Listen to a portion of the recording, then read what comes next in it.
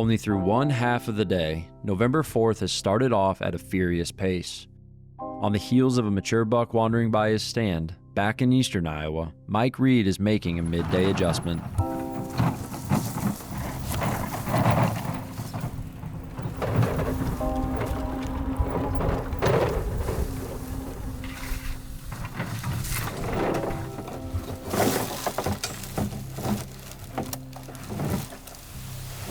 We have made the move. I decided to come back where we were last night. Obviously, we saw Fitz here last night. We brought the decoy in. I'm not a huge decoy guy just because there's so many does out here and it messes with the does if they start blowing and making a ruckus.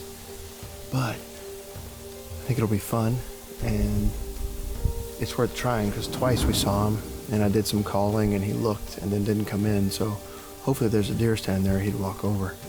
Unfortunately, we just put Josie, right, Rye? This is Rye's. This is Rye's decoy.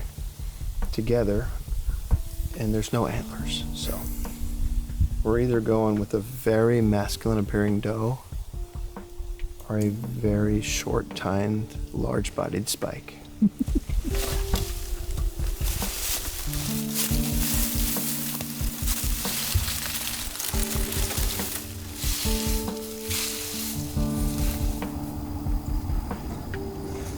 Well, we're all set up. I decided to put the decoy where it works a little bit both ways. I have it facing us like you would a buck decoy, where the buck would come around and approach him head on. I should be able to get a shot on the approach. It's certainly pretty close to us here. I was gonna put it just outside the plot screen or the edge of the food plot, but I have a branch here that I can't shoot, so I got him just a little bit farther out. Also, if he's viewed as a doe, then they can just approach him from the rear and get in bow range that way. Hopefully Fitzmagic shows up.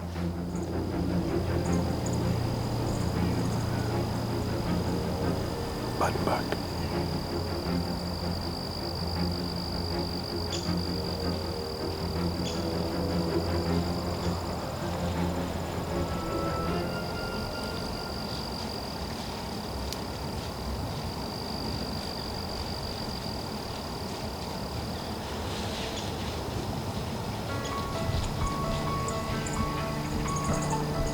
With the enjoyable start to his hunt, Mike settles in over watching the river bottom in front of him. That same evening, 145 miles to the northeast, longtime team member Jeff Deets is also hunting. Coming off of a great 2022 season that saw him tag 2 bucks, so far the fall of 23 has been anything but slow. With multiple giants on camera, close encounters have been plentiful, but so far no arrows have been released. Hoping to see that luck change, Jeff sneaks into a historically productive redneck blind stationed in the heart of the farm.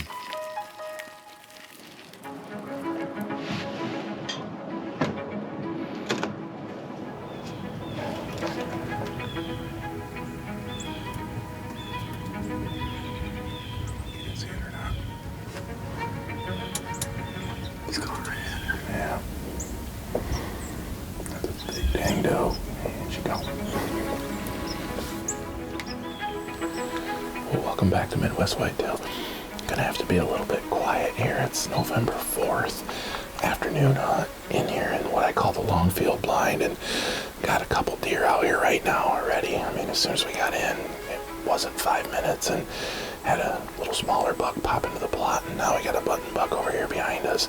Just kind of a what I'd call like a transition area, but also have a CRP corner. Not crazy excited about the wind right now. It's supposed to be like 5 mile an hour out of the northwest. My experience, a lot of times if it gets, real light wind, it starts swirling a little bit, but that's part of the reason we ended up coming into the redneck tonight too, just to maybe help contain our scent a bit. We'll see what happens. We'll check in again with you here soon.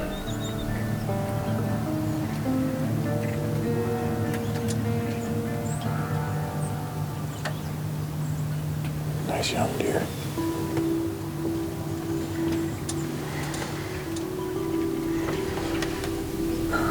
Small buck. Here's back.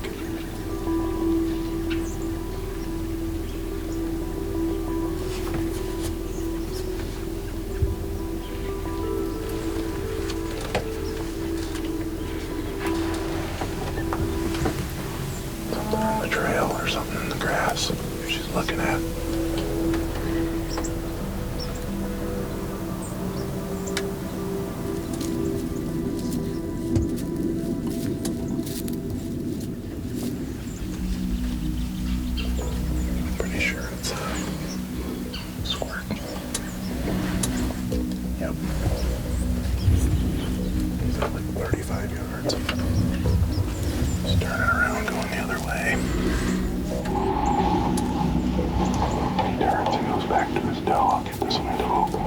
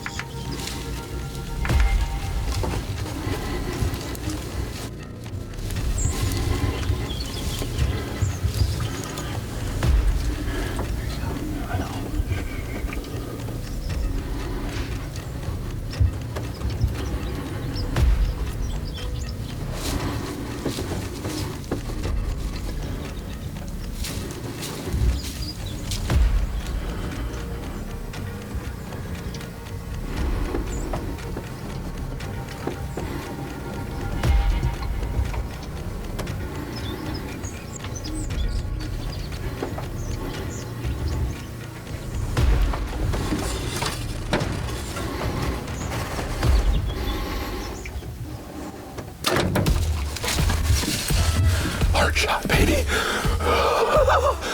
Yes. Yes. He's going down. He's going down. He's going down. He's going down. I'm watching him going to the timber. Oh, yes. I can't stop shaking. Whew. That was an adrenaline dump. Whew. So, this is kind of wild, but it's still pretty early. It looked like a perfect heart shot. I mean, he just went flying into the brush, and I'm assuming he's not going to be real far past that. So, whew, that was exciting. It feels so good punching a tag. It's been a while for me. So, with the bow, I guess at least I've killed a couple nice bucks with the gun the last couple seasons, and getting a deer like that, one of my top hit listers this year. So, we're gonna kind of get things back together here, and we'll be catching up with you soon, probably out on the blood trail here, hopefully. All right, well, we just got out of the blind and got our flashlights and everything ready to go.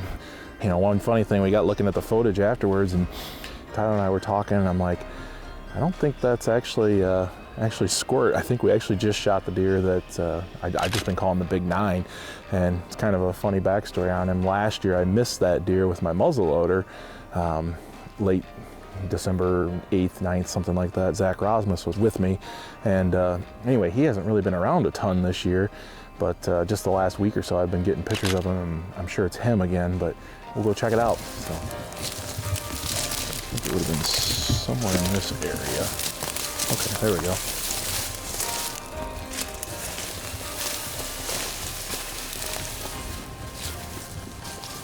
Okay, I think he was still in the beans here because I'm not seeing any blood. Okay, yep. I can see his body right there. Right on the edge. Well, we just got this buck pulled out. Definitely is the 9-pointer that I whiffed on last year. So I guess maybe we'll just call him Whiff. I don't know if we ever really came up with a name, but again, November 4th, I think it was 4 or 5 years ago, actually, I shot a buck I called Jim right out of this spot. Same setup, so pretty cool, pretty neat story to come together, and just came in here tonight, and it seemed like the entire night, nonstop, they just kind of kept coming out of the woodwork, and it was pretty cool to hear him snort, wheeze, and mess around and have those does in front of us and everything, and get shifted around in the blind, and got some really long beams, some cool characteristics to him, and just tickled.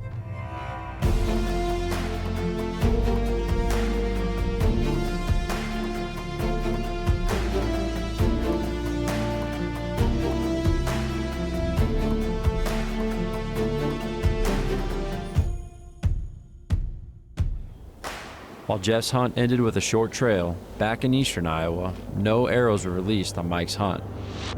The following morning, 40 miles to the south of the river farm, Zach Rozmus is back on Area 52, looking to fill his first landowner tag ever.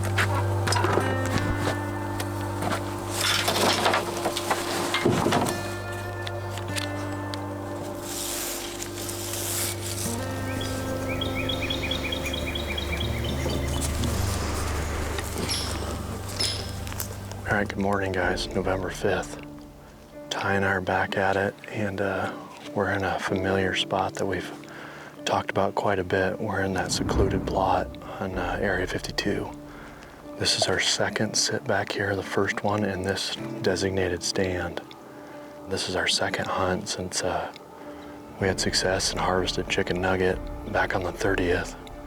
Where we're set up at, it could take a little while for deer to get back in here. This is deep into bedding, so if they're out in ag fields at night, this could be a good spot.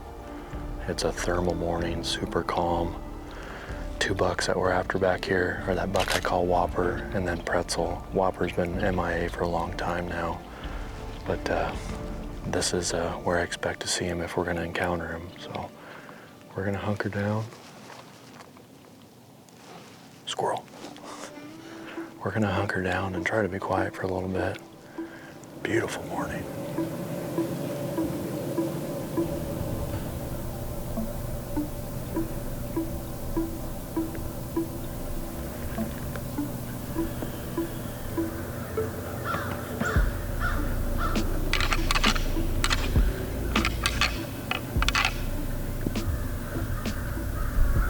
While Zach enjoys the early deer movement, that same morning, 128 miles to the southwest, Caleb Griner is also on stand. Enjoying a picture-perfect morning, Caleb shifted stands, venturing deeper into the bedding area, hoping to finally see his newest target.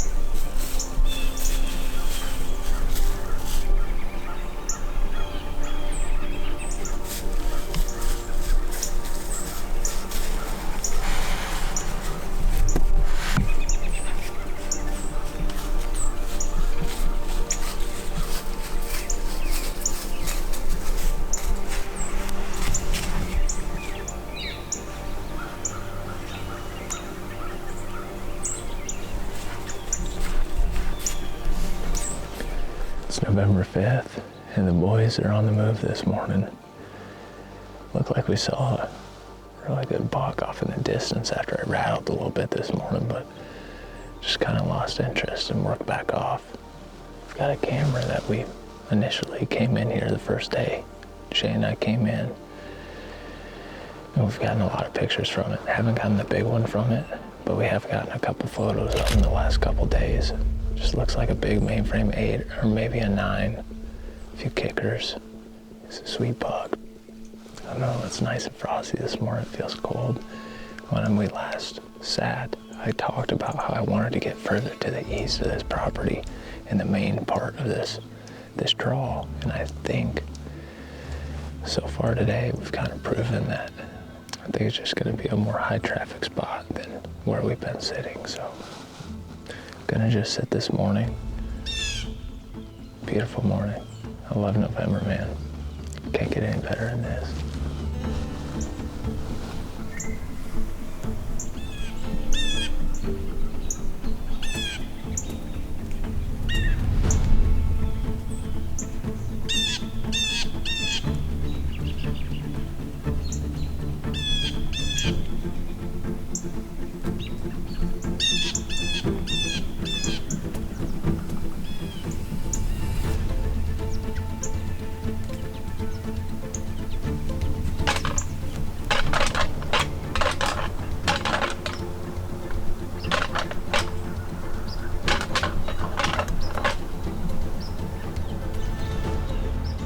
Well, that was an exciting November 5th morning. We got some work stuff to finish up this afternoon. But looking forward to getting back in here tomorrow and hopefully one of these big bucks show back up on camera.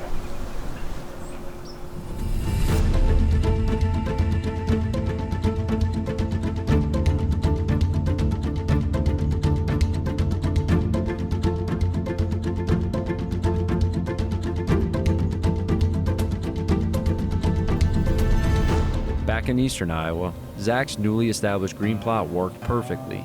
All morning deer have funneled by, just not the right one.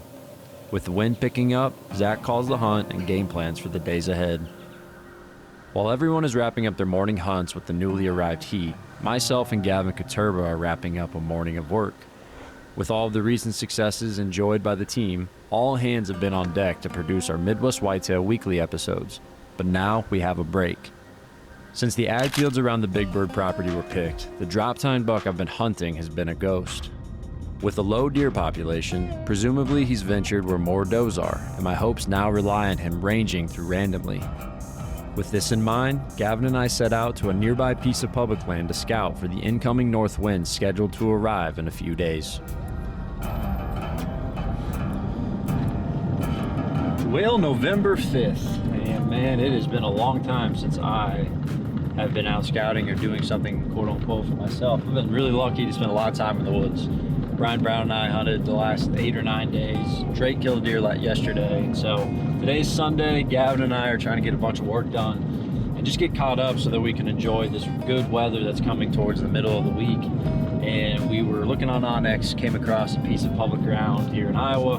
We're going to check it out. So the private pieces that I've had, I mean, the one where the drop tine and the big 9 were, haven't had photos of those deer in a long time. And don't get me wrong, I know if you don't have pictures of a deer, it doesn't mean they're not there. But I'm getting consistently in all the cameras the same deer. But it's hard to justify driving an hour, 30 hour, 45 minutes for that. So we're back to the drawing board here. And this spot looks awesome. It looks hard to access. It's November and a Sunday, so we should get an idea of how much hunting pressure actually is here. But we are going to just give it a quick little scout and then potentially hunt it this week sometime. So it's Iowa, it's the rut, you never know. Hopefully it puts us back in the game. We shall see.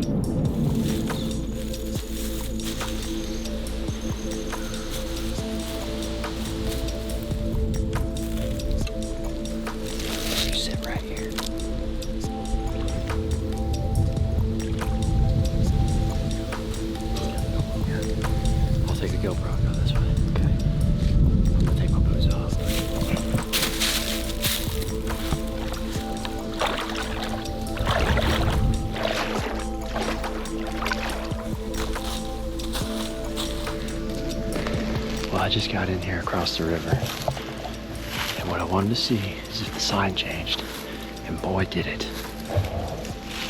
Big scrape. Big rubs. I mean, it is a jungle right here. And all that standing food, pig food, is to the north of here, so I assume these deer are coming back to bed. And I feel like I'm around a lot of deer right now.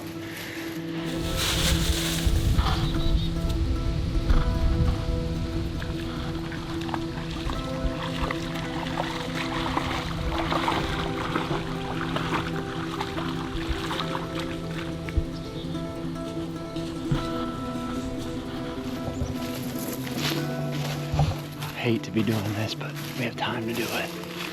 We're scouting for this north wind coming.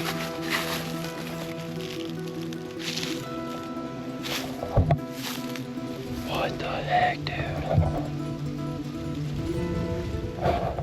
This is insane.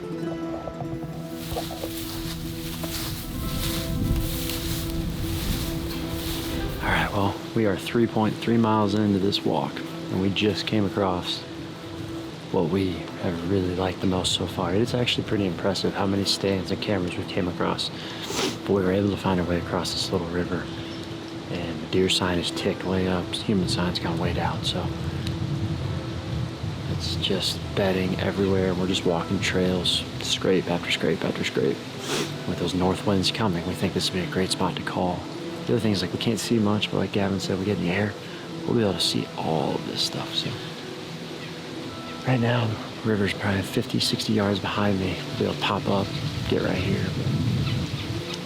There's deer in here. Not sure what's in here, but there's definitely bucks. The amount of rubs and scrapes and stuff we've seen is pretty incredible. I don't know if there's a private land piece I've ever been on that's had this much sign. I've also never walked around this much bedding, but we will keep chugging along and see what we end up getting into.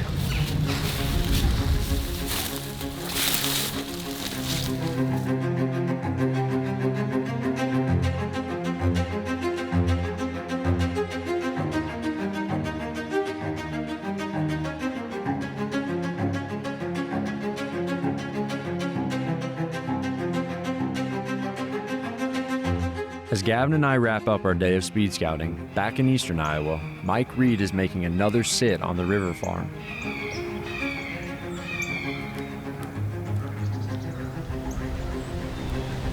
That's pretty darn cool, man. Dude, that's unbelievable. It's so neat to be able to see that. Just taking a bath. Following the unique encounter with the eagle, Mike gets down and heads towards a stand he thinks gives him his best chance at the buck he is hunting.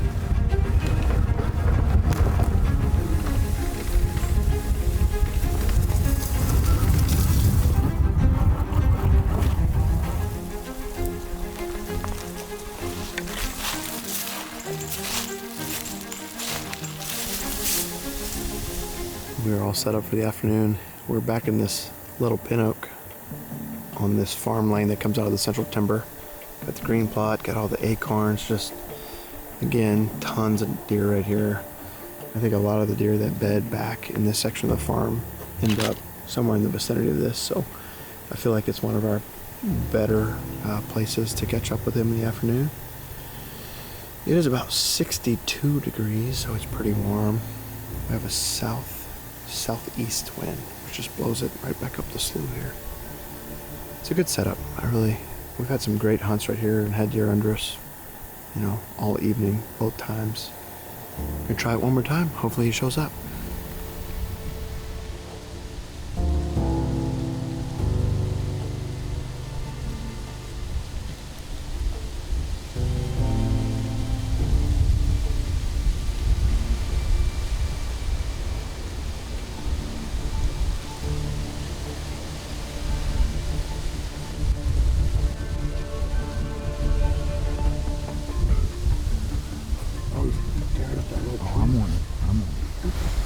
That deer won't leave us alone.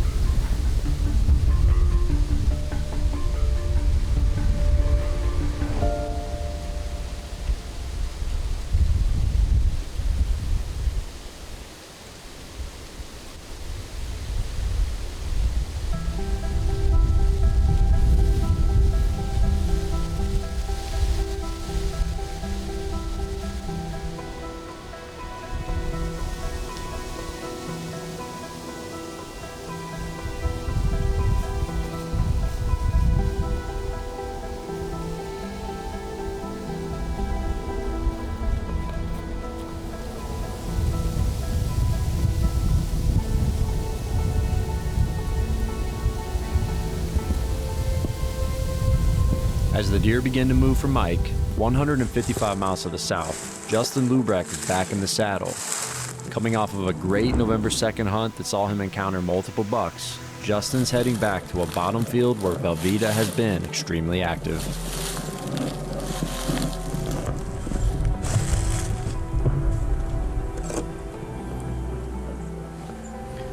Well, guys, it's the evening of November the 5th, and I've decided to come to the bottoms here. I haven't hunted this of an evening in several years.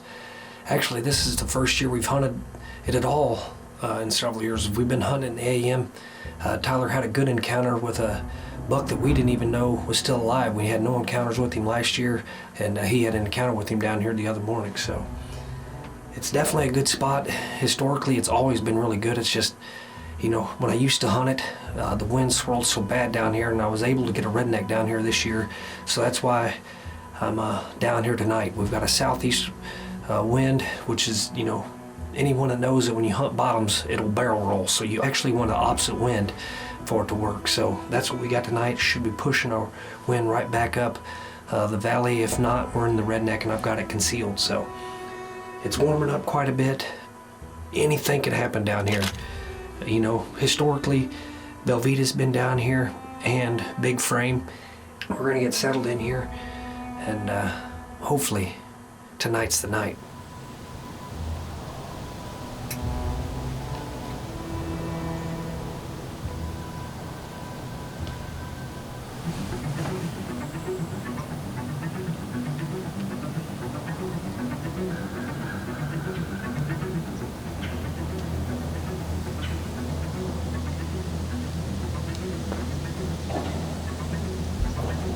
That's a nice buck right there. Down there bumping them does.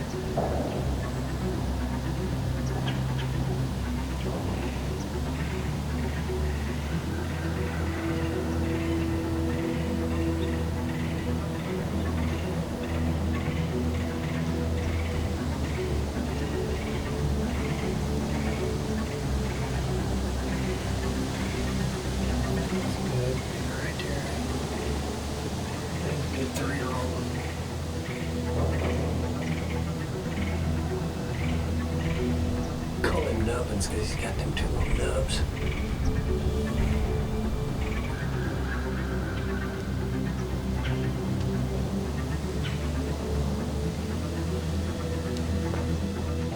Well, guys, that's about gonna wrap it up for me here.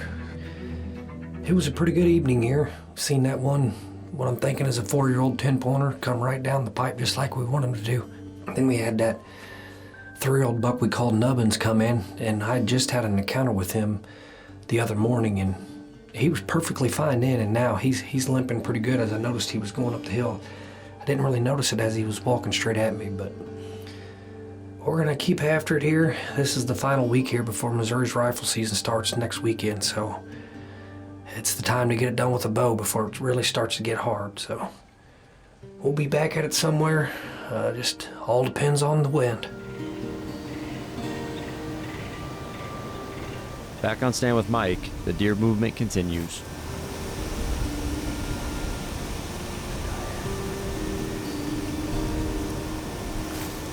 That's baby 8.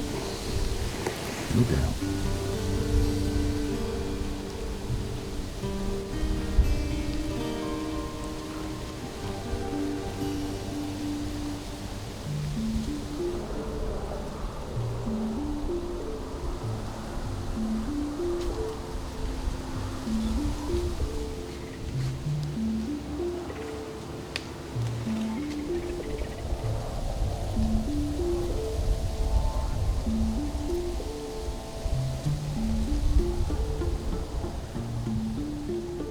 Now that was a fun sit.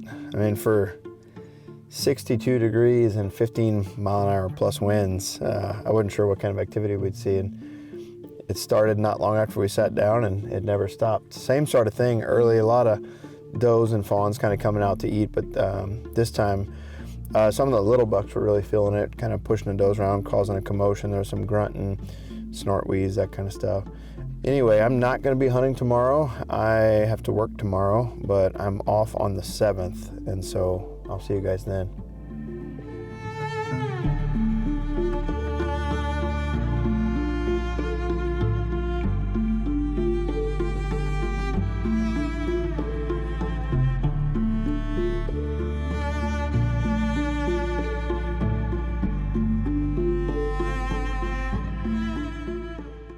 definitely is the 9-pointer that I whiffed on last year. So I guess maybe we'll just call him Whiff.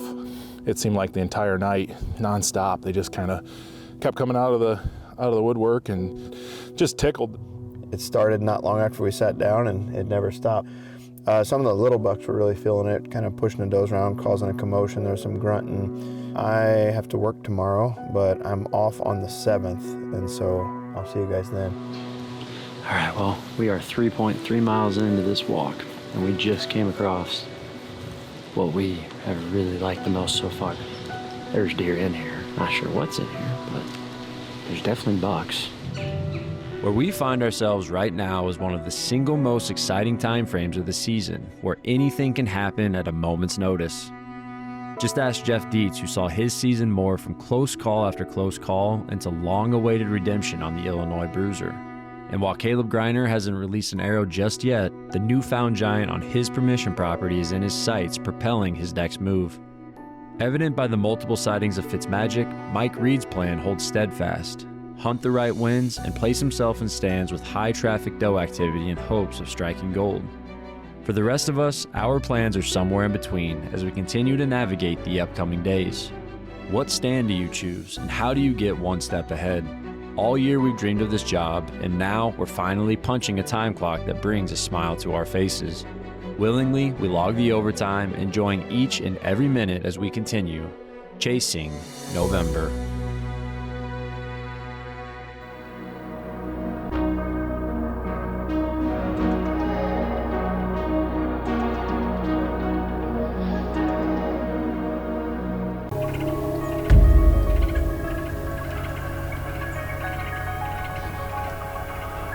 Currently, a band of warm air is moving in, and while it might seem less than ideal on paper, it's November, and the best place to be is in the woods. After a stretch of hunting with Mike, November 6 finds Rye Ludwig returning to his permission farm for the first time since mid-October.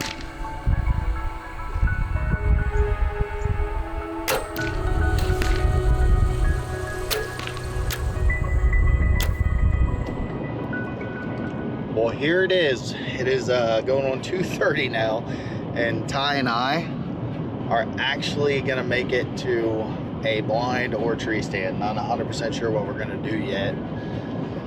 I really want to run the decoy tonight down here on this fresh cut cornfield. It's been cut 2 or 3 days, so I would anticipate the deer to be heavily using that area. We're gonna get in there. I'm probably gonna run some stuff in there, take a look at things, see if I can find a place to set the blind that I like on the bike before Ty and I come in. And I'm excited. We'll be back out with Mike in the morning and be hunting spotty throughout the rest of November. We will let you know what happens when we get to the blind or tree stand or the ground, wherever we decide to set up tonight.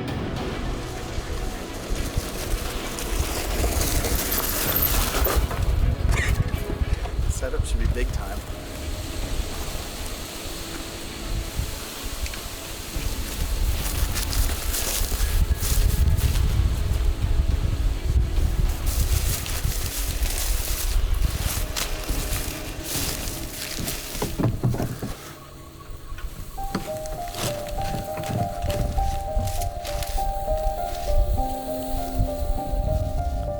I said we were a little undecided in the truck.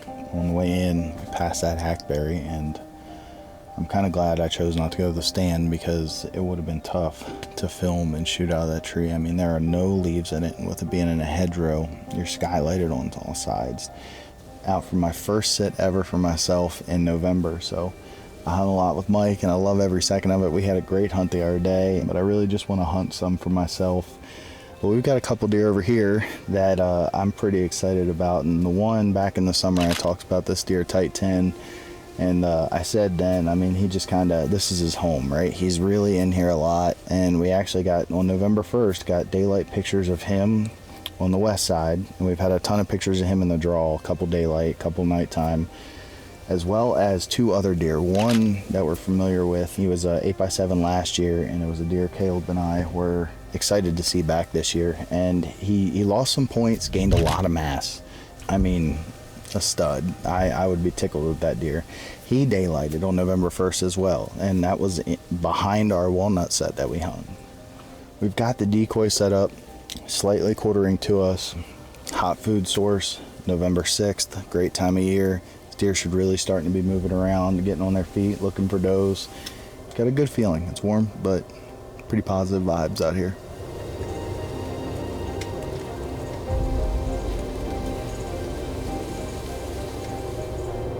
Here comes a buck. It's a little wider. Young deer.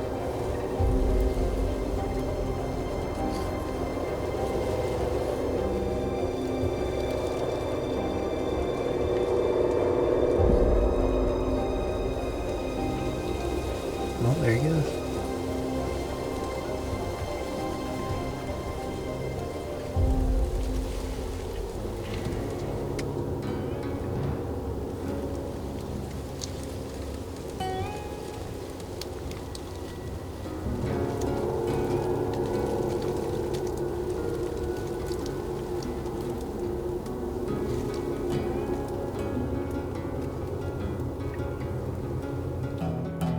Though neither of the bucks he's after make an appearance, Rye's anticipation to return to the newly placed ground blind is high.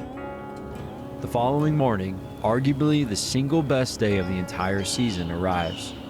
On the morning of November 7th, Rye exchanges the bow for the camera as Mike Reed makes another hunt for the giant buck known as Rocky.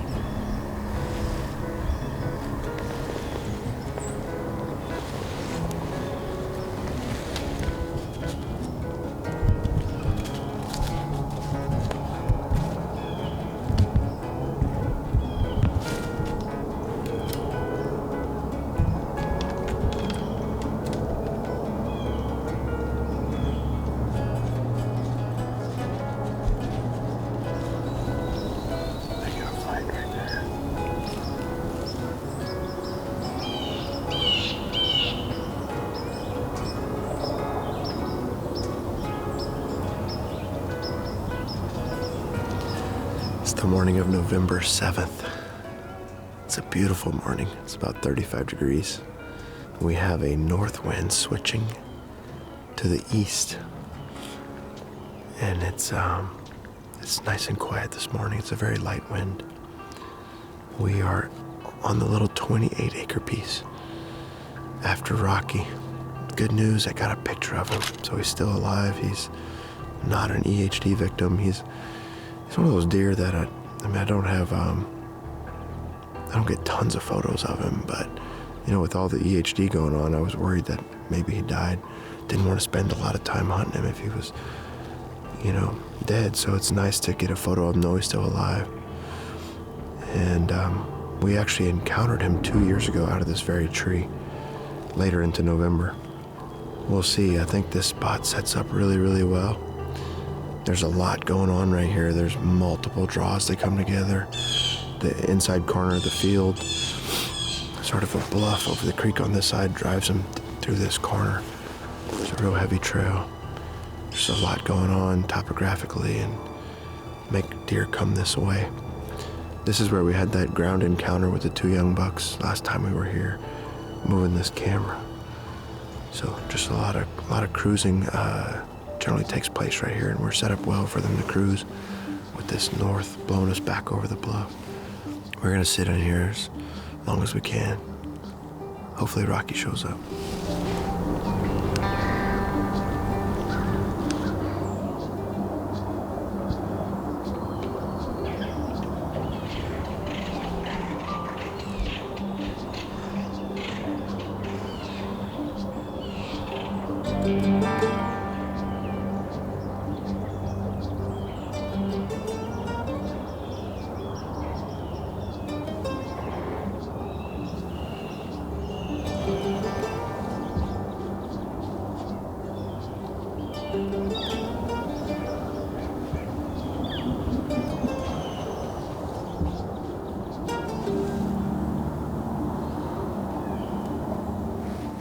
Well, it's a little after 11 o'clock. Most of the activity was that first hour and a half or so. We've got a few things to take care of midday here, and but we're gonna come back to this spot. So we're just gonna jump down for like an hour, hour and a half, and then we'll be back here. I'd like to put a little bit of time in after Rocky, so we'll see you guys this afternoon.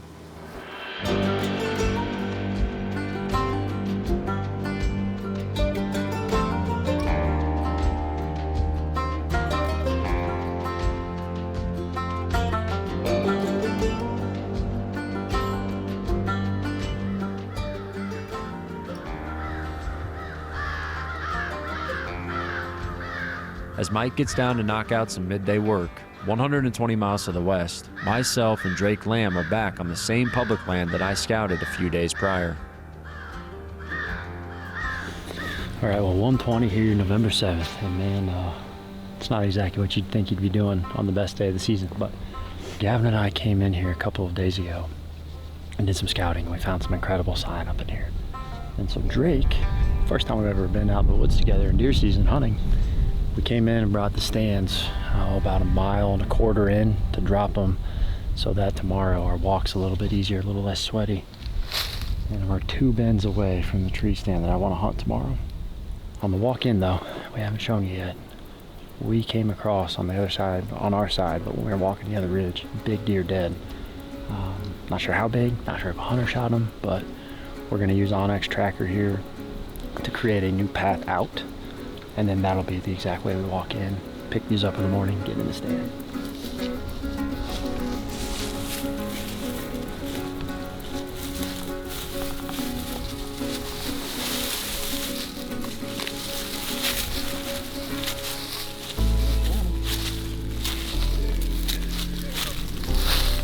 Somebody's deer.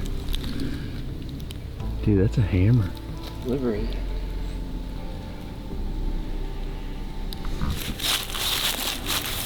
Man, big deer. I need to get a hold of whoever this is. Well, this is definitely a hunter's deer. Got an arrow coming through, liver hit. And I mean, we didn't see any, there's some blood right there, but hardly anything at all.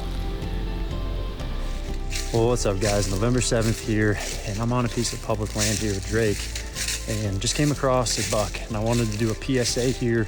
If you are looking for a deer, if you know somebody who hit a deer and is looking for it, I found your deer. It's a beautiful buck, big deer. Just tell me what piece of ground you were hunting, what arrow you were shooting, and the general description of the buck. I've got a pin on him and would love to help you recover. So like I said, share this with somebody you know if you're in South Central Iowa, and let's get this deer to the right hunter. And sweet November. I mean, that deer is exactly why we were in here. So like I said, appreciate it if you guys share this, appreciate it if you know somebody, and let's get this in the right hands. All right, well, 150 here, and Drake and I's mission has been, anytime we get together, it seems like something crazy happens, but we came back to this deer that we saw, and I just went on Instagram and talked about it, but definitely a hunter shot.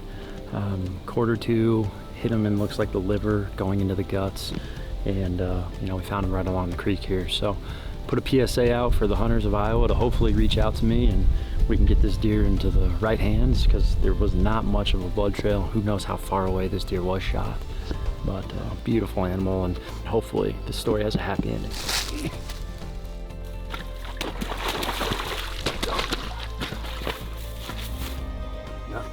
Not bad. Now if I could do that in the morning, getting in. Yeah, we just found him. Looks like a liver hit out the guts, quarter two shot. I don't know. Yeah, it was quarter and 2. Yep, gotta be him. It's pretty dang close. It's gotta be the same deer. Yeah, how's it going? How are you? Good. I got some good news for you. Yeah? I found your deer. No. You're kidding? Or I you're swear to not? God. Yep, that's him. Wanna go get him? Yeah, I do. I got a deer cart with me. Yeah. Hey, I'm gonna need that, dude. I'm Drake, nice to meet you. nice to meet I you. even got good news in the sense where all we have to do is get him across the creek and he's on the path. Oh my gosh. All right, well, it's only an hour later, 2:50 here, and we just got back to where the truck was parked. Saw that earlier there was only one truck, now there was 3, and so we figured why not jump up and see. And gentleman here was actually watching the reel we just posted. This is the Lucky Hunter. I don't know if you want to introduce yourself, but Hey, John. John let us kind of know. We showed him a picture of the buck, it's his, and I think it's one of the coolest things I've ever been a part of. So it's, I guess we'll just walk right to him. Yeah. We're gonna help you get him out. So I think this is what the coolest part about hunting is. You just never know what's gonna happen when you hit the woods, and I'm very excited. You said he's your biggest ever? Yeah, he's gonna be my biggest by quite a bit actually. So I'm pumped up to go find him.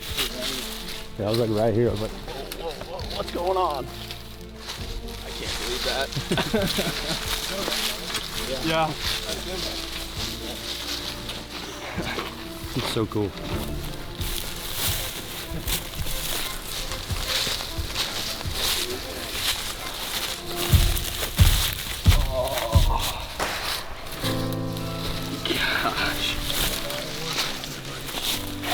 lot of work. Oh, I didn't even know he had this. So cool. Dude, he's got so much character. Yeah, when we saw him across the creek, I was like, Jake, that's a big deer.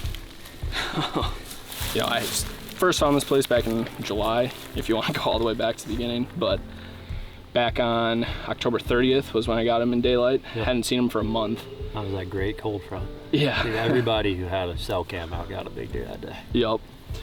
I'll tell you, when we came in to bring these stands, Drake, this is not exactly what I mean, it's just so cool. Like, yeah. I mean, you were looking at the video we had posted. Yep. You're like, hey, I do know the guy. Yeah, I was Like, actually that's awesome. sitting in my truck waiting for John. I'm always watching Midwest Whitetail, and I was watching Josh's blog. Hey, we found somebody's deer, and a white truck pulls up. I'm like, oh, that's Josh. I'm like, hey. Yeah, I can't believe that. Thank you guys very much. This is awesome. I think you would have found him. That was awesome. Congrats on your biggest deer ever, dude. Thank you. He's biggest by quite a bit, so. Character. Been a lot of years.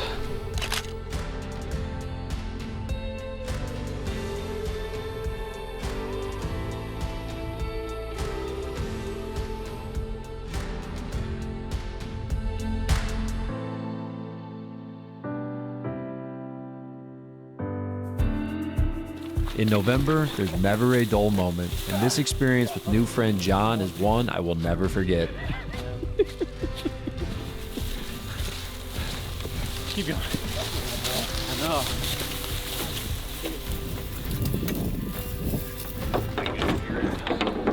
Back in eastern Iowa, Mike's afternoon hunt for Rocky is taking a turn.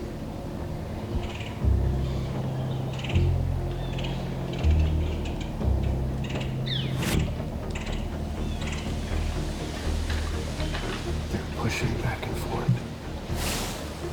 They're on the hill right there. That's behind their barn.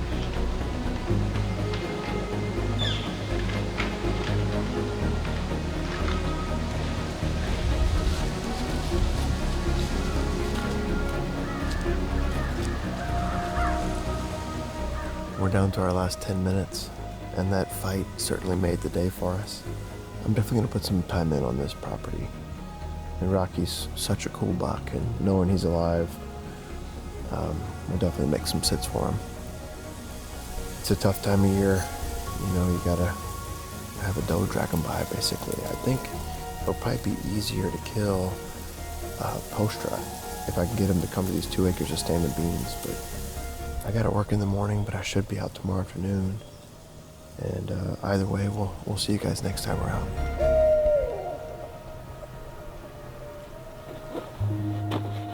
The following morning, Drake Lamb and I make good on our plan and arrive to the public land well before sunrise.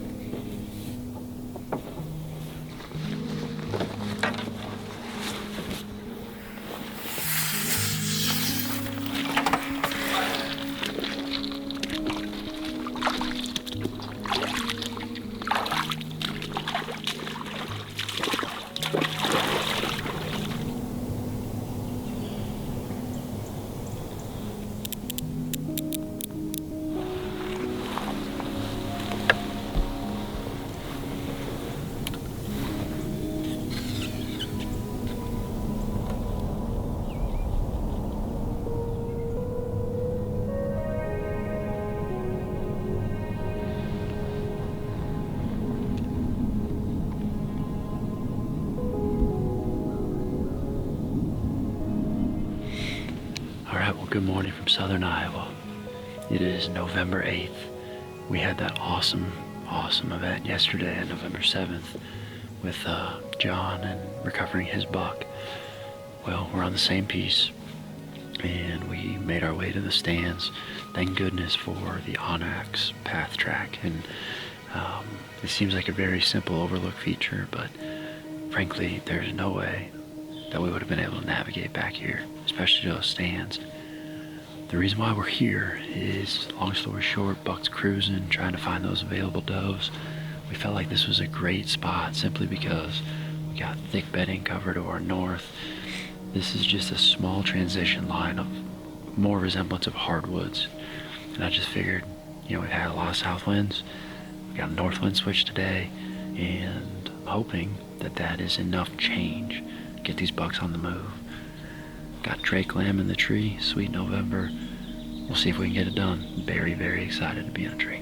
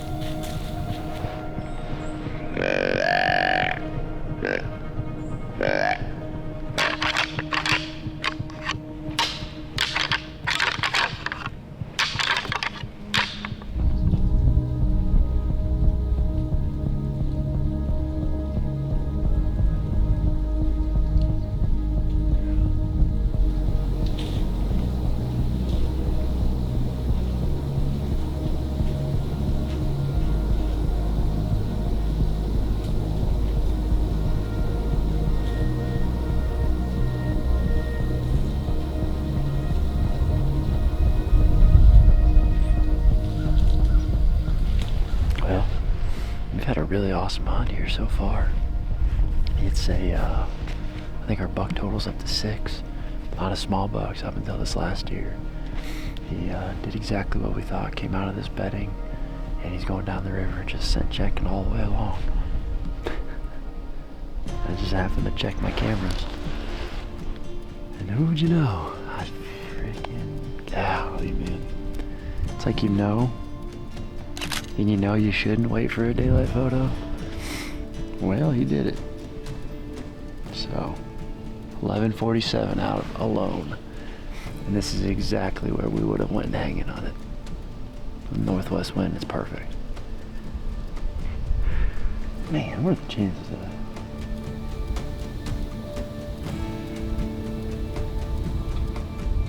Committed to sitting all day, Drake and I continue to scan the bottom in front of us.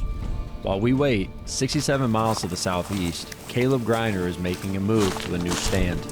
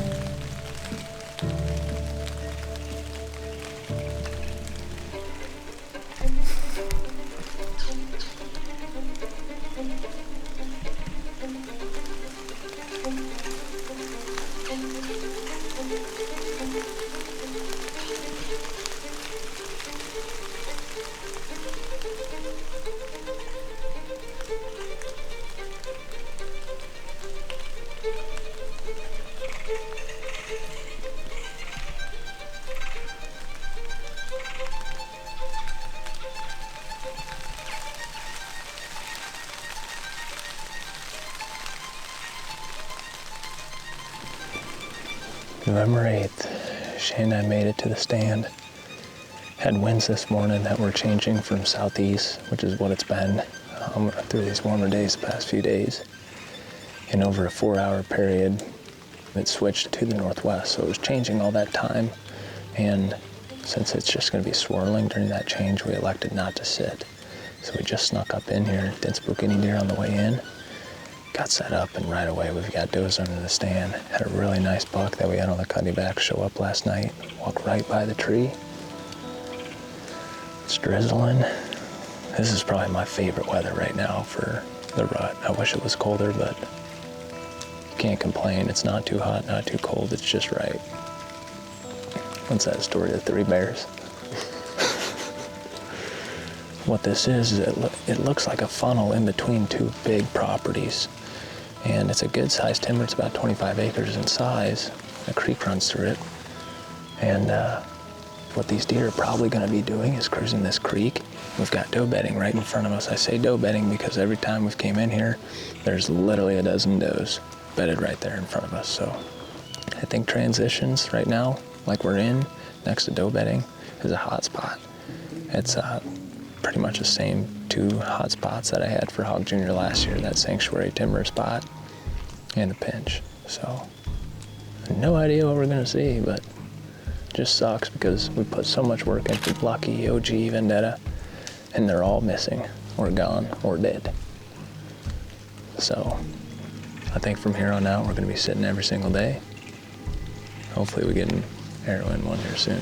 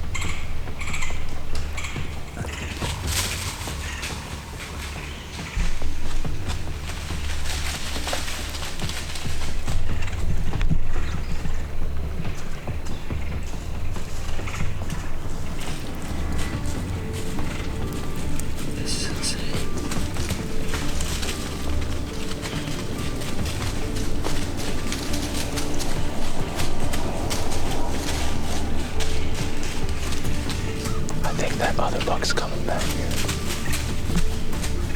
I know where it is. This is crazy.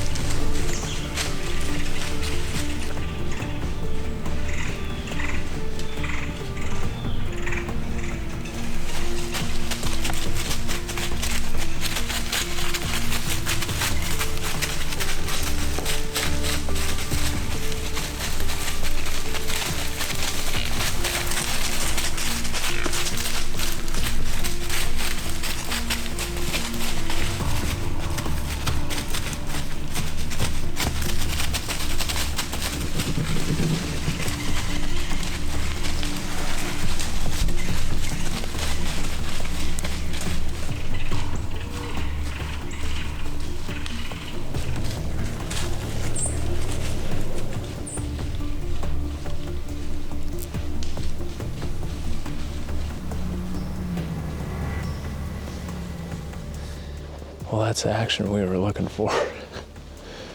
I think I was grinning that entire time, but I mean, you guys saw it all unfold. I don't have to tell you how it happened. That was pretty gnarly when he snort-wheezed at 10 yards right under the tree. It was so freaking cool. I mean, That's one of the top things I've ever seen in the deer woods. This sweet November, man.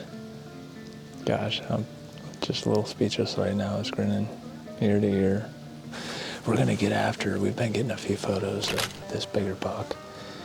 We're gonna get after him, try and get a little tight on him, but we wanted to sit this just to see what, how the deer move through here. I think we got a good idea, learn a bunch. So we're gonna get out, make game plan for tomorrow, and get ready to roll.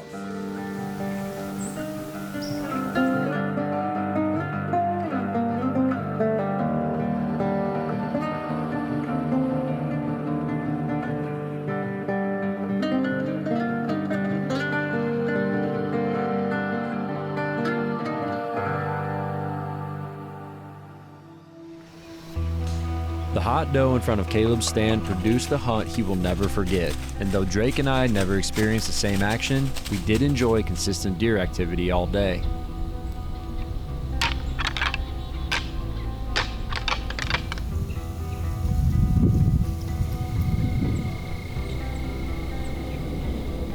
With proof that the drop tine buck is alive, I now have to make a choice. The following morning, Rye Ludwig is back on scene, hoping to lay eyes on one of his top bucks.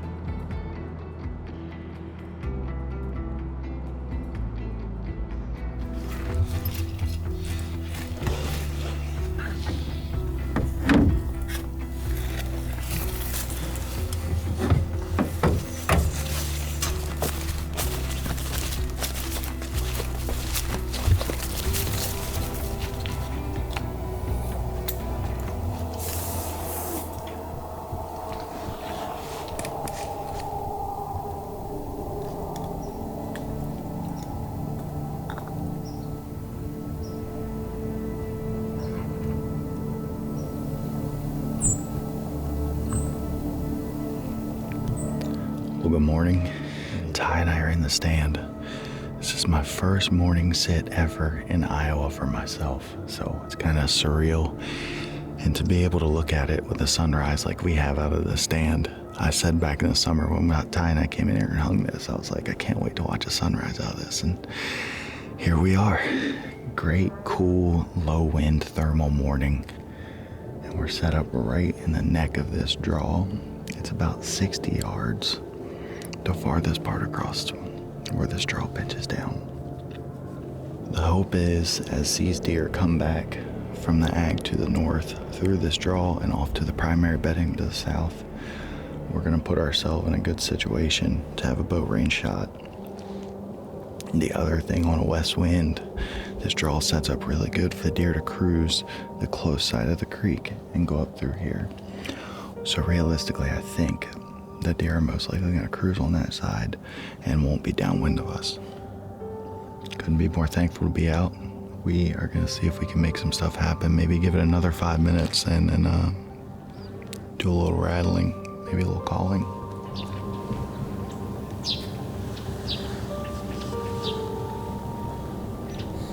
I see 2 deer in the CRP.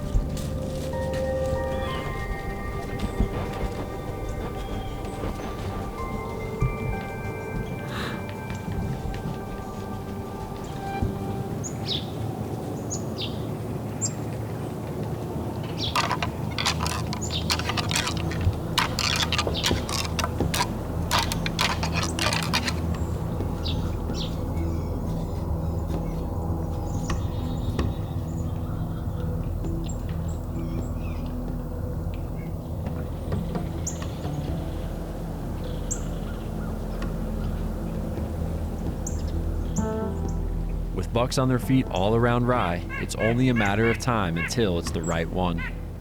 That same morning, 187 miles to the south in northern Missouri, Tyler Bellman is also on stand.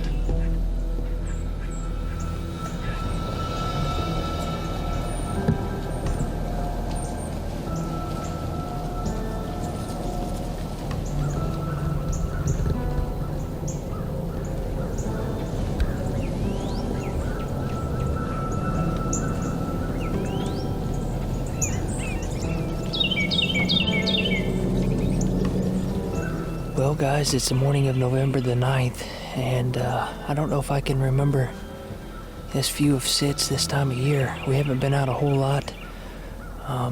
We've had good sits when we did go, but just seems like everything's a little bit delayed this year. I'm trying to keep my spirits high, as I hope that any day now things are going to break loose and we could maybe have a change of events here. But we do have several good deer on this farm that are using this particular area here. We're on the southwest corner.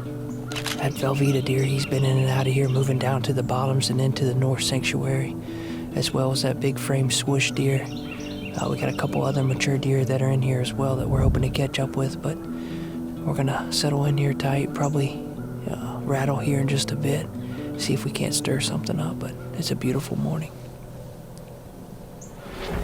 He's right here. Here. I see her. Okay, I see. It's swoosh. Yeah.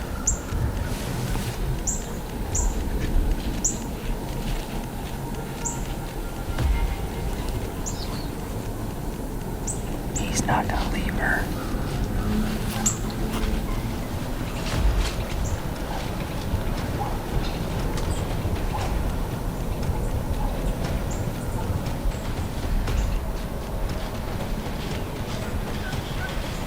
I don't think he'll leave her.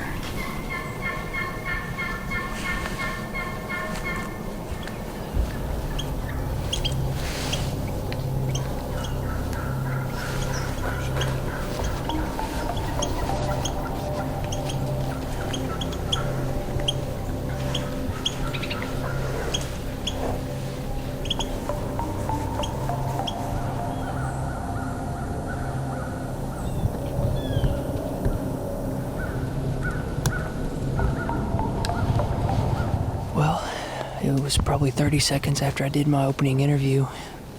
I looked over my shoulder here and there was a doe coming through what we call the old hog lot, and it all broke loose after that, just like we discussed. Heard a bunch of grunting, a buck roar, and she was coming right down the pipe here to us, and Swoosh cut her off and he corralled her back in that thick stuff.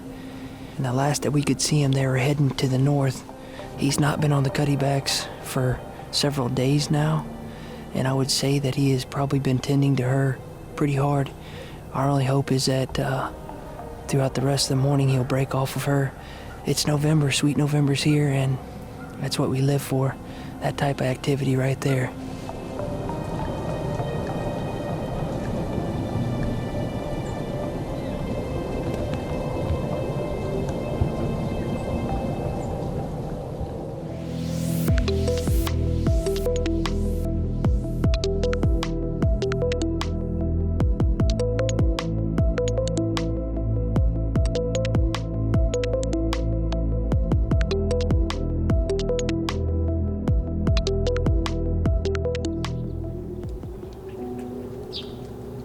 Gonna leave everything in the tree. We know we're coming back here.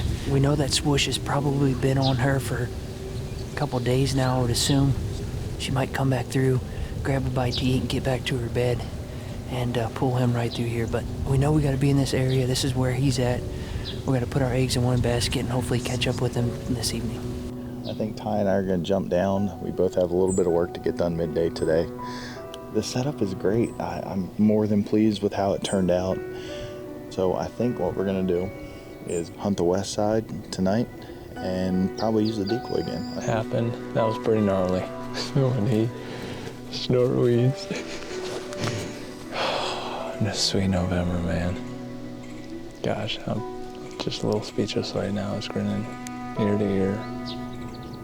Playing the hands they've been dealt, both Tyler and Rye look ahead to plan their best moves. With the buck that he's hunting clearly locked down, Tyler's scenario illustrates exactly what to expect as we venture deeper into the month.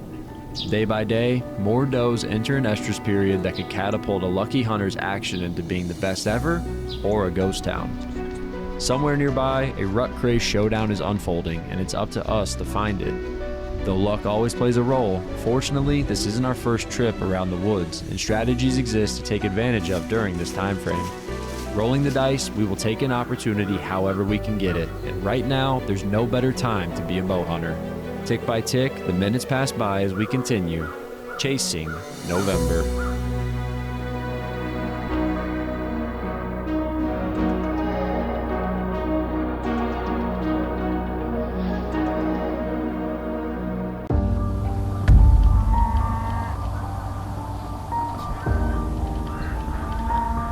As we progress further into the month, the number of does entering estrus continues to increase each day.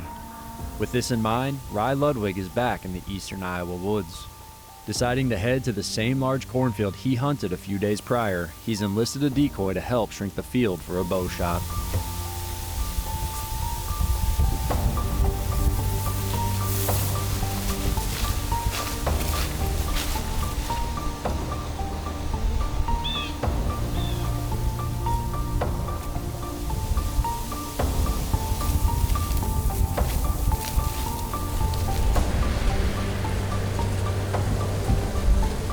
Well, we just got set up in the blind.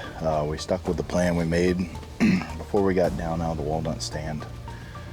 It's pretty gusty, anywhere from like 12, 25 mile an hour, depending on the gusts, but it's a strong, good west. It's what we want for this. We're hunting basically just a hedgerow. The goal, deer come out in the ag field. Hopefully a target comes out, and we can either they see the decoy and come on their own, or it puts us in a calling situation. I think you could hunt this without the decoy, but I just feel like the decoy, with specifically a mature buck, gives you a little bit better odds to get them in bow range. So it's pretty warm, 65 degrees. Generally warm temperatures have deer going to green, but with the west wind, we can't really hunt anywhere on the creek, so we're over here. But time will tell if one will show up.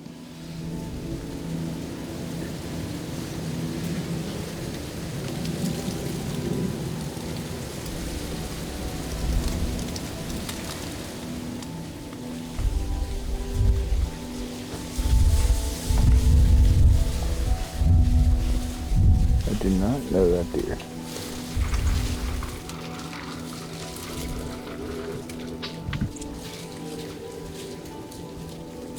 What's going on? Why are those does running? Oh, that's a buck.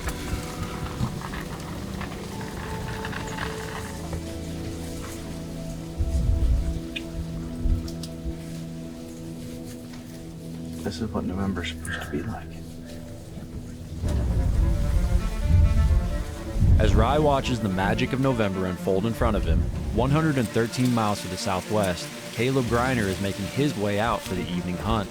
Coming off of another action-filled morning, anticipation is high to see if he can finally lay eyes on his number one target.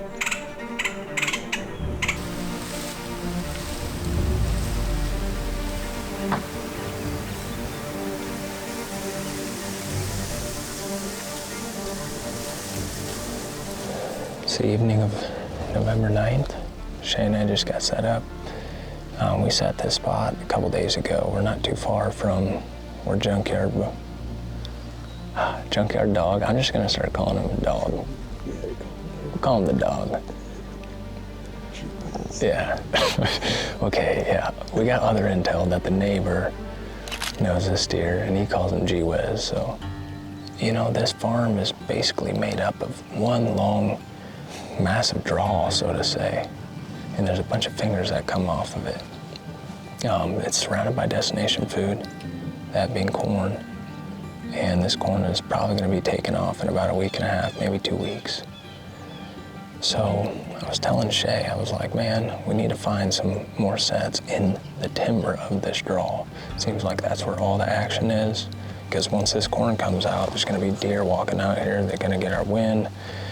And in the timber, they'll be a little bit more patternable on what trails they'll be using and where we'll be able to get away with our wind. So kind of try and find a spot that's a little similar to yesterday's setup. So hopefully the dog or Gee Whiz or junkyard dog steps out. About 2 hours left. We will see what shows up.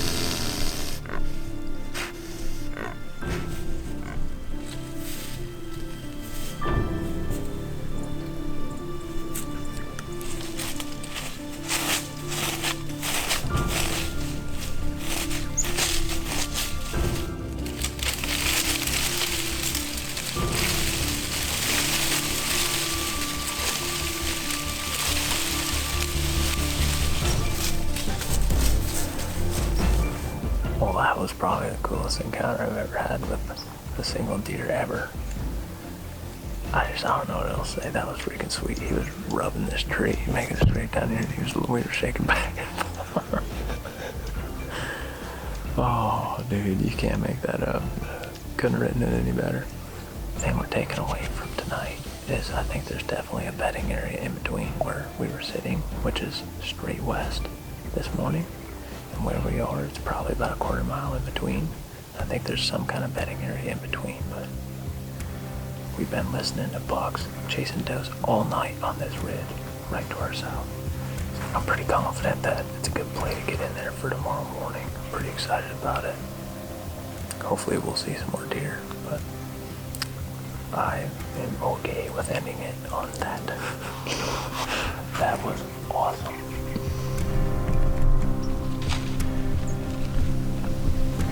That's a good buck.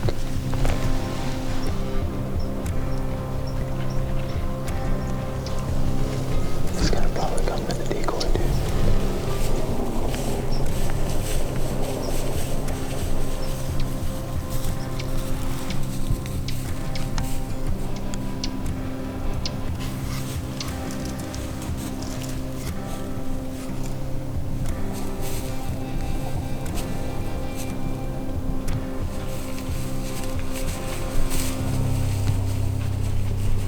While the sun sets on Caleb's world-class afternoon, back in eastern Iowa, Rye Ludwig's final minutes are rapidly picking up steam.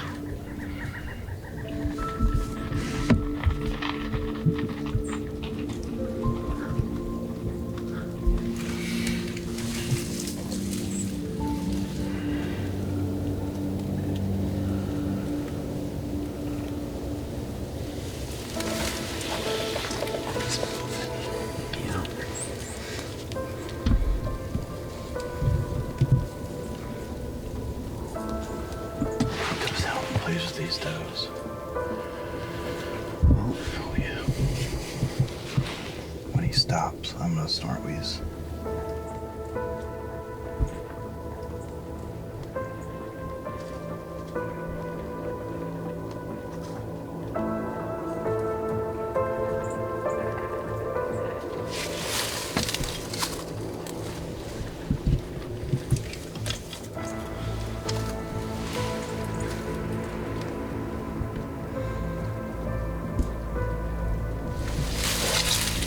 Need him to like run her this way a little bit. I mean, they're coming straight towards us right now. She's not gonna run this way. He's not gonna let her go out in the field. He knows what he's doing.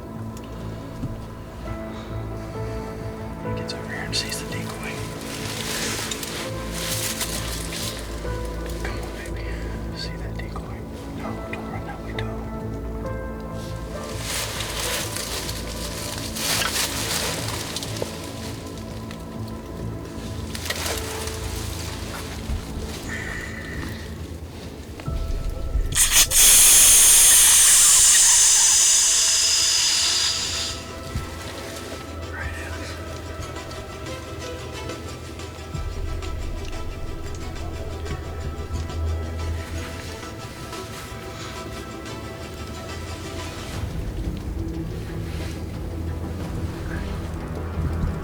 Tight 10 and him are about to fight, dude.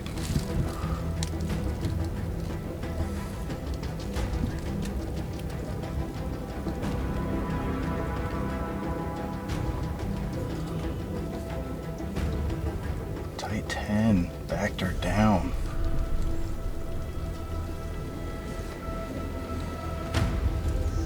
That's officially the biggest deer I've ever seen hunting for myself. I mean, he's large. I can't wait to go back and look at the footage. And there's two things I learned from this hunt. I mean, number one, that is a dominant deer. And there was one snort wheeze where he picked his head up and he looked over at me and he turned his back, gave me a tail flick, and it's almost saying like to the decoy, if you want some, come over here and get some. Because he's got 9 does standing there with him. You almost are gonna have to get in his bubble to get a reaction out of him. I think we've got a pretty good shot at them in the morning. So the big deer went off to the northeast and tight 10 went to the south. So I'm hoping if I get in that same stand I hunted yesterday, the wind's gonna be even a little bit better for it. It's gonna just go right over the creek tomorrow morning. So it's cool to see both of them. I mean, what a night. What a night. November the 9th. That's gonna be a day I'm gonna remember for a long time.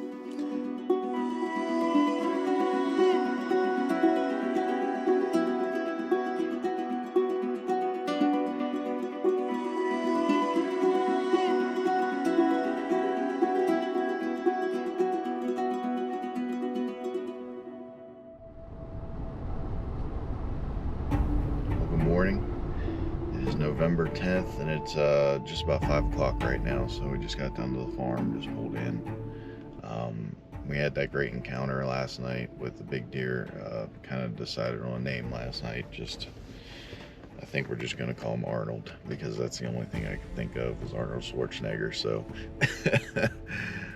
pretty exciting to see him and tight 10. So we're going to go back to the same tree stand we hunted yesterday on that little pinch along the creek. We have a northwest wind. It's going to cut us right back across the creek this morning, and really still morning, so our thermals should take us straight up. We're going to get our stuff ready, hop on the Kaufman, jet in there, self-filming this morning, so we will see how the morning unfolds.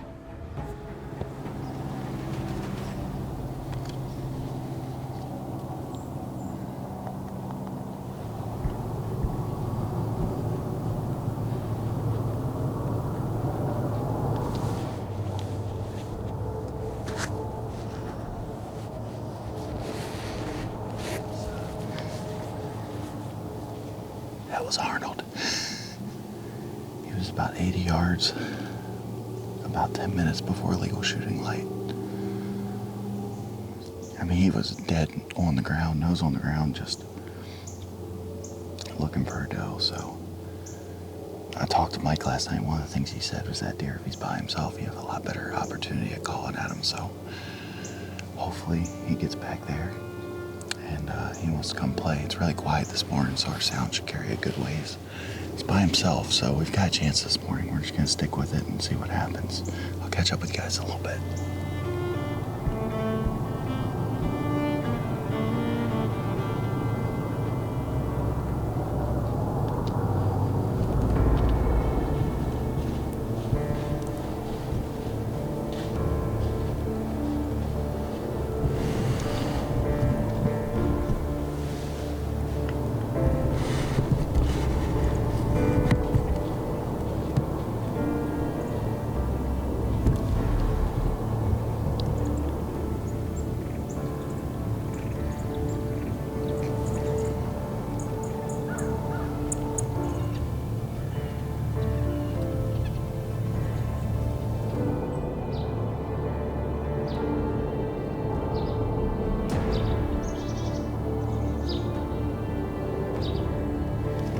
So tight 10's out in the field now. He's pushing does around. There's a couple small bucks out there. I don't know when it happened. There was a couple does out there, and I was watching them, and there was a small buck over there, and Arnold came running out of the bean field, and I mean, I got like a glimpse of him coming behind me, and he didn't come through the shooting lane, but hopefully, I mean, it doesn't look like one of these does is necessarily hot. Like, tight 10's definitely just going around and checking each of the does, so hopefully he comes and cruises up through here.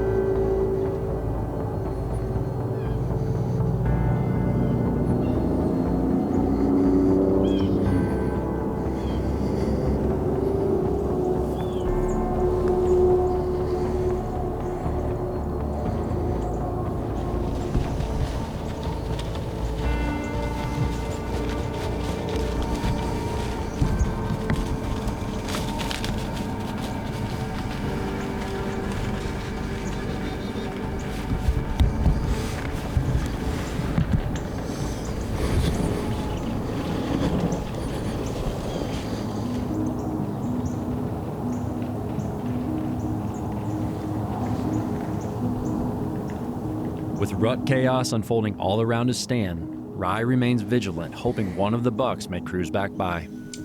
That same morning, Caleb Griner is also hunting. Slipping deep into a bedding area, Caleb's still waiting on his first deer movement.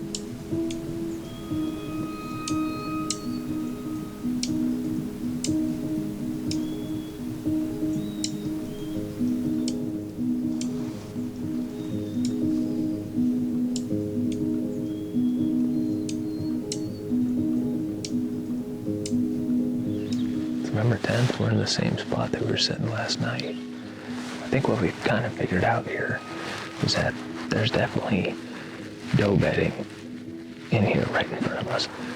But I did mention yesterday I wanted to move this stand a little closer to the timber. We heard a lot of chasing in that timber last night, and it looks like a lot of the buck movement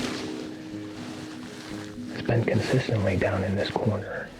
So we're gonna wait probably till about 1, 2 o'clock to move this set. So hopefully these bucks are up cruising. We got 2 pictures last night. He was all the way on that stand that we hunted yesterday morning. There's a big scrape line over there, but there's a fresh big corn out there, so that could be why he's maybe targeting does that are going out to that fresh big corn. So see if we can see some deer.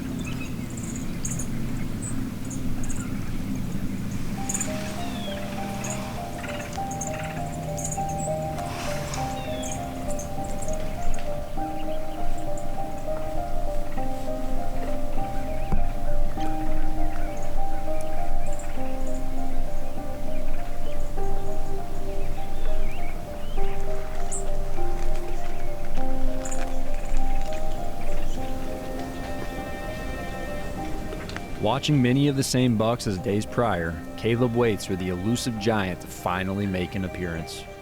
That same morning, 206 miles to the southeast, Justin Luebrecht is taking another shot at the Missouri legend known as Velveeta.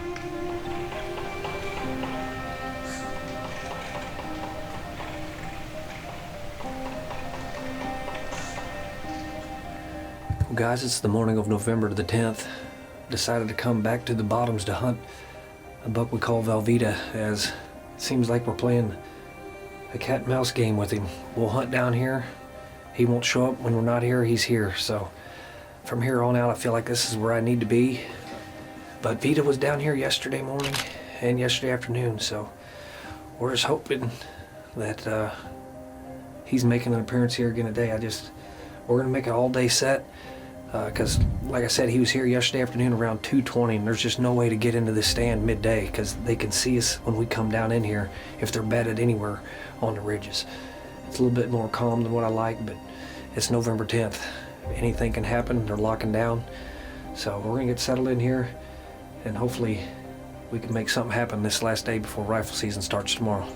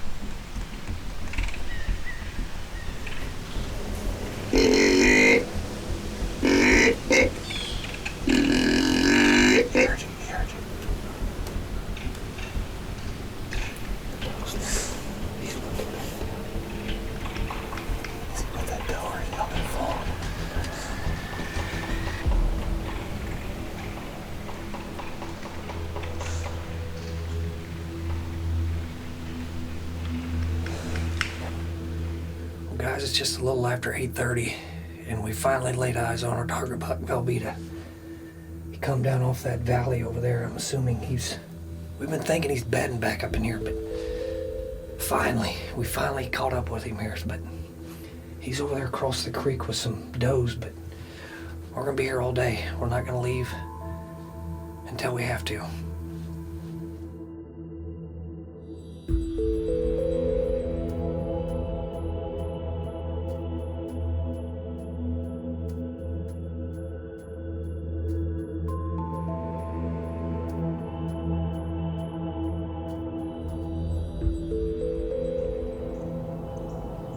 With the bucks clearly up on their feet, Rye's morning hunt forges on.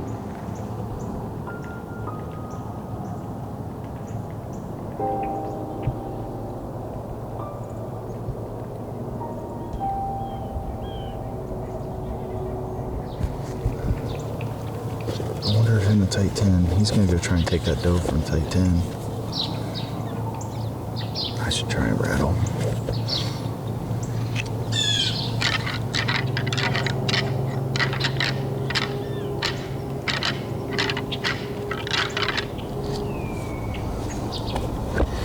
Had his attention, but he probably smells that same doe tight 10 was with.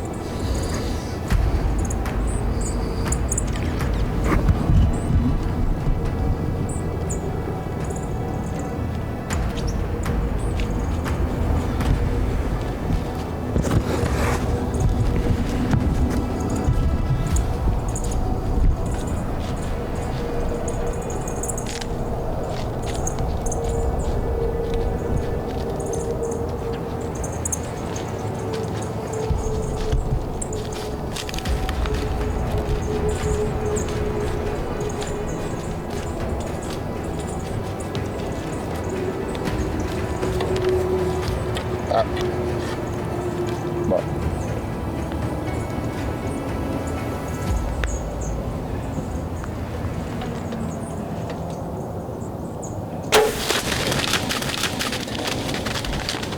oh no.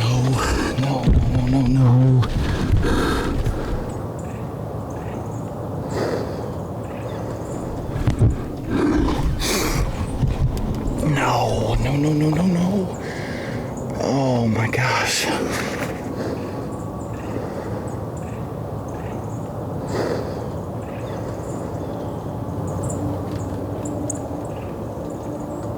Oh my gosh. That's such a big whitetail. I just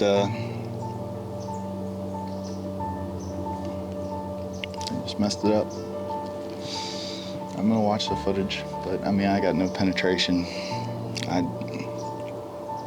mean, there's a chance I'm just overestimating it. Maybe I got high lung, but I think I hit him high shoulder.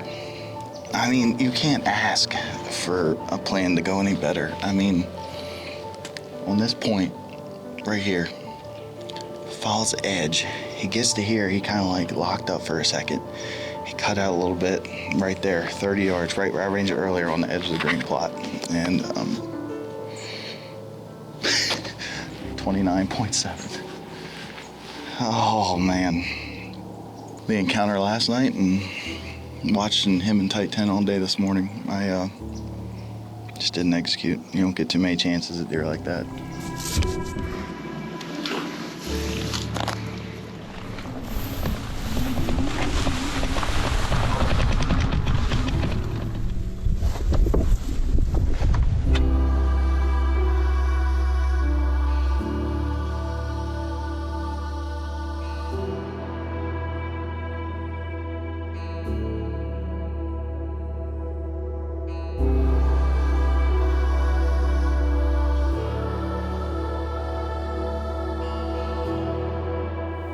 With hopes of learning more on a larger screen, Rye elects to get down and return home to review the shot. Back on stand with Caleb, he's still searching for a shot of his own.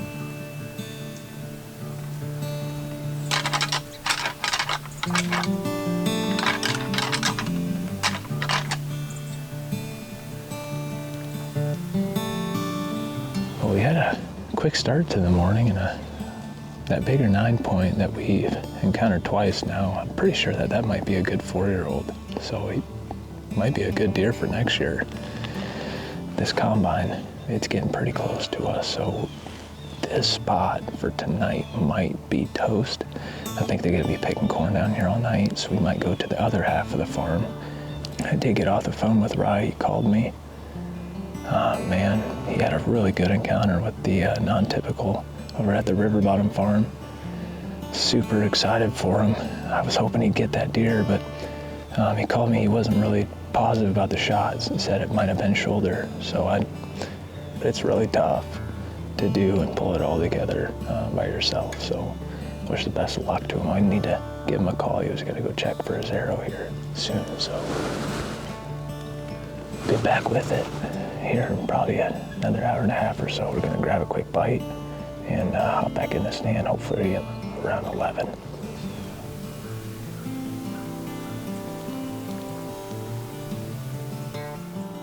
As the morning hunts continue to expire across the Midwest, back in eastern Iowa, Zach Rozmus is wrapping up an enjoyable hunt.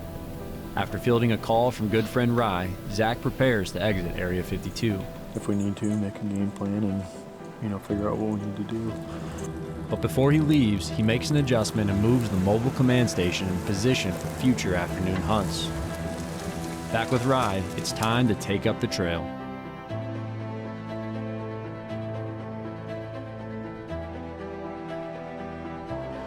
Well, we are about 5 hours post-shot right now.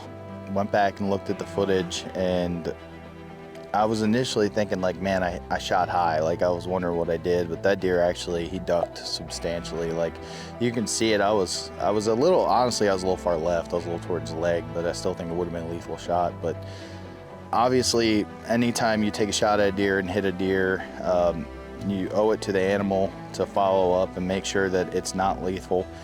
There is a chance that this deer could be dead. So off the aorta where it comes off the heart, there's 2 main veins that come up behind the scapula. The good thing about all this is if we don't find him, pretty confident to say that deer is going to live to see another day. So it's great to get everybody together, whether it's going to be success or we're not going to find the deer, but happy to have you guys here and I appreciate it. We'll keep you guys tuned in.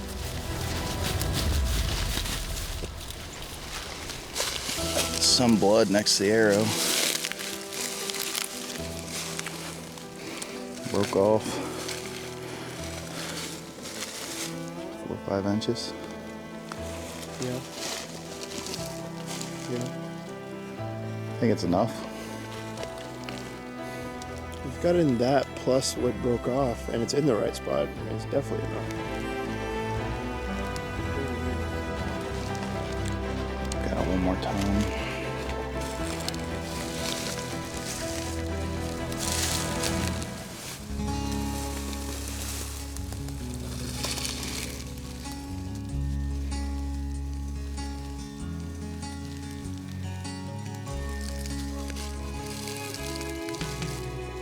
Well, unfortunately, we did not recover that deer, and like I said at the beginning, didn't go in with the most confidence in the world. We tracked blood across the cornfield, like I said, and when we got into the grass, we found some bigger spots and kind of like hopes picked up a little bit, but as we kept going, we were only finding blood on like standing vegetation. It was drying up, it wasn't leaking down. So when you see that, it's generally an indication of a non-lethal hit. So hopefully throughout the next couple days, we can get some more pictures of this deer. There's more hunting ahead. We've got you this weekend. I'm sure are you going back out tonight? I think we're gonna have to. We got stuff sitting in a blind we gotta go get. Well, perfect. I get there just for the perfect time. Exactly. The last half hour. I do appreciate these guys being out here. It means a lot, and as tough as this pill is to swallow, it makes it a little bit easier spending with people like these guys. So we'll move on, and we'll see you next time we're in the stand. Though heartbreaking, Rye's efforts to take up the trail confirm the best-case scenario in the situation. All signs point to the buck's survival, and with plenty of days remaining in the month, the only path is forward. As everyone scurries to their hunting spots for the afternoon, longtime team member Colin's Marine is also hunting. He too was among the number of people who got close in the morning hours, seeing at a distance one of the bucks he's after. Following his gut feeling, Collins decides to make the move and heads for the same redneck blind that saw his son Cooper tag his best buck only a month before. Not only that, but this is the same spot that 364 days prior, Collins tagged a great buck. Utilizing the same strategy to a T, hopes are high lightning will strike twice.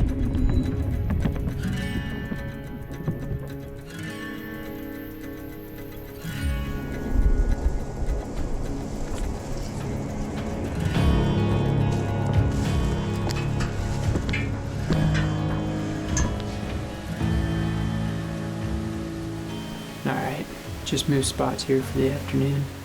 Back sitting in the redneck overlooking this food plot. Decided I want to be on food this afternoon. Yesterday I sat in the timber and everything I saw was basically going to food, so figured I got plenty of food on this farm, so might as well sit it. I'm also though in a good transition for any bucks cruising midday to see this decoy out in this food plot and come check it, or just bucks checking this food plot for does in general. But I think the conditions feel good. Not exactly sure what we're going to see on this side of the farm. There's a real mature 8-point that I'd probably shoot, and then just a couple other 8s. We'll see. Should be a fun sit though. Conditions feel really good. It's north wind. Give me the 40s, so hopefully they're hungry and some of these does can pull a couple bucks out to the plot tonight. But we'll see.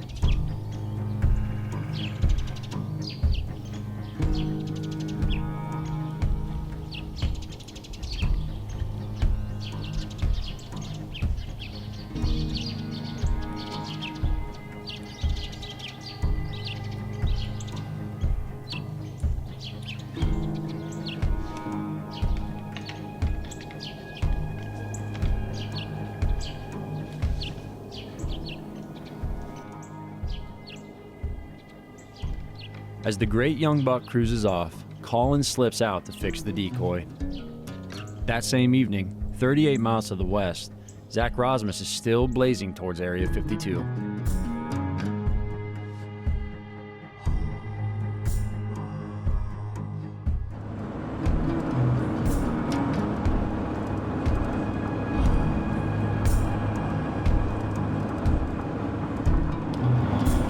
It's the afternoon of November 10th, and Ty and I are beating feet down to Area 52 right now.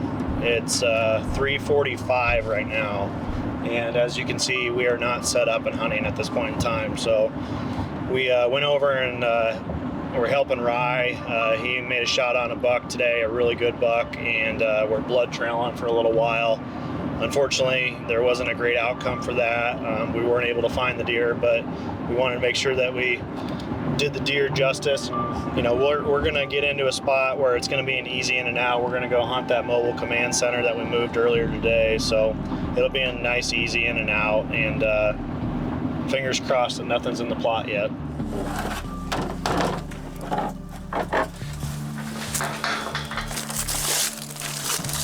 Yep.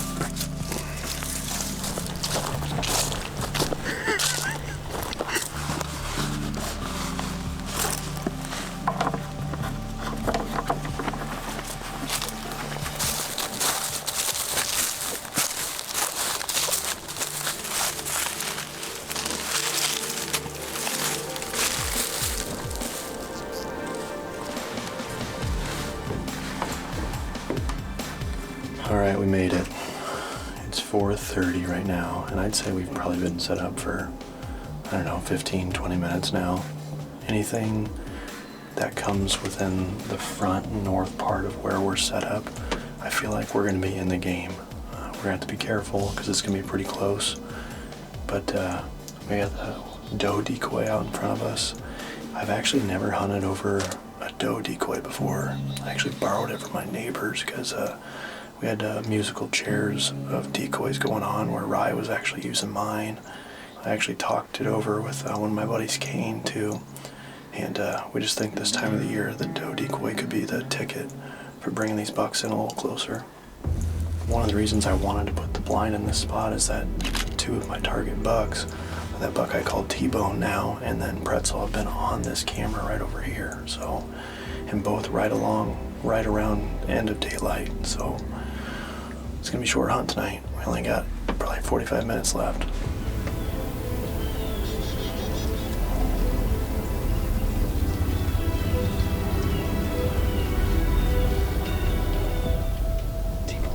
Yep, he's right down in the corner. Looks like he's following a couple of these does too.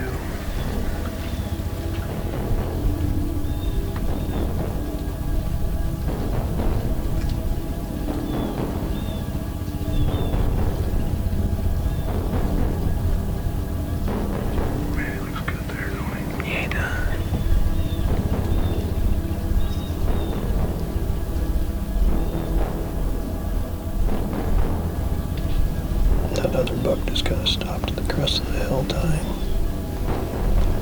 Oh yeah, he's walking him off.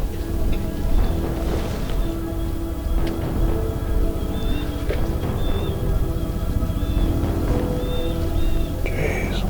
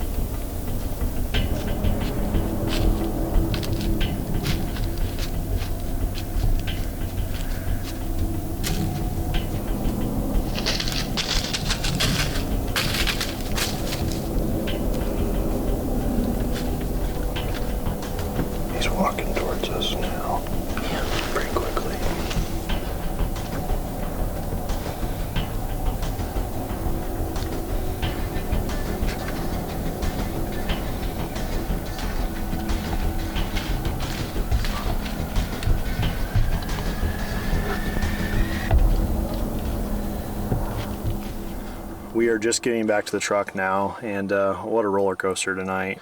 As soon as he stepped into the field, I immediately recognized him right away, and he has a frame on him. Wow, he's definitely a buck when he was coming across that field, and I thought for a little while, I mean, I was getting jittery. I thought it was going to happen.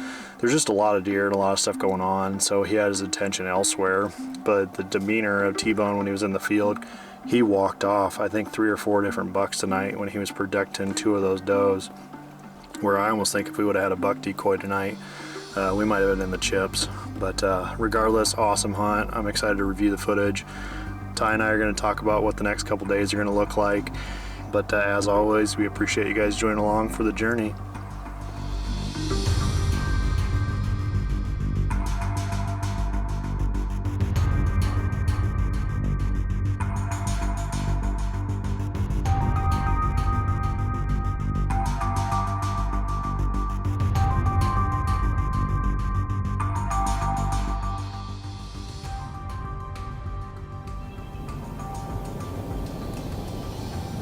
Back in Collins's field, the sun is setting on his great hunt.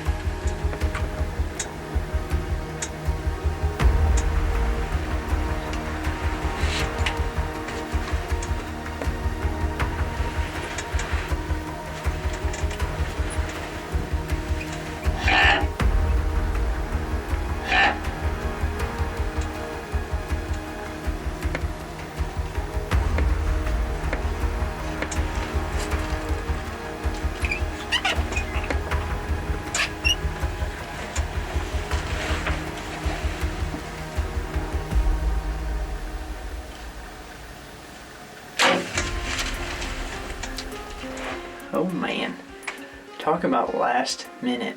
I was I had like 10 minutes of light left. I looked up and there's a buck chasing a doe coming right towards the plot. And it's actually this real old 8-point. And I was chasing the doe around. Every time he'd get close to the decoy, he'd kind of posture up, but he never got quite close enough. And finally here at the end, he got just close enough, and I was able to get a shot off with a minute, 2 minutes left. So let's go check him out. Heck yes. It's a sweet buck. All right, guys. Well, it's the next morning, as you can see, and here he is, getting him out for some better light. And like I said, this is a very mature deer. He showed up on the farm. He was the first deer in velvet I had this year, actually. I mean, as you guys can see just by his face, he's super mature. He was the boss when he came into that field chasing that doe all around, and I think that decoy is what really helped seal the deal. He came in, got a little too close to the decoy and started to posture up, and as you guys saw, he went down right away, and I thought I spined him, but as you can see, the shot was literally right behind the shoulder. He was quartered away a little bit, so I don't know if it hit that offside shoulder and that's what like hit a nerve or something and he dropped, but I was able to put another one in him and he expired real quick. So just couldn't be more thankful for my November 10th buck. He was rubbing this tree, making it straight down here, and we were shaking back and forth. I am okay with ending it on that. That was awesome. As soon as he stepped into the field, I immediately recognized him right away, and he has a frame on him. Wow. He walked off, I think, 3 or 4 different bucks tonight when he was protecting 2 of those does, where I almost think if we would have had a buck decoy tonight, we might have been in the chips. As tough as this pill is to swallow, it makes it a little bit easier spending with people like these guys. So we'll move on, and we'll see you next time we're in the stand. The ebb and flow of a hunting season is a harsh reminder that things are changing constantly in the woods around us. Fueled by dreams, every year hunters prepare for the slim chance that one day that dream might become reality. All of his life, Rye Ludwig has envisioned the moment that finally strolled by him. A game of inches, once again we're reminded that bow hunting success is determined by razor-thin margins and nothing is promised. On the flip side of the coin, Colin's Marine's epic hunt over the decoy confirms that time of year tactical adjustments can change your entire season in a flash. And as Caleb Griner's stretch of once-in-a-lifetime encounters continues to stack up, it's only a matter of time before the floodgates burst with an opportunity. Exactly what all of us are looking for, this is the vision that drives our every step forward. Not even halfway through the month, our position is prime, and to take advantage, you must be in the tree. At any moment, the tides can change with the crashing sounds of the chase splashing by. Determined to make the most of this window, we sail on, navigating our days, chasing November.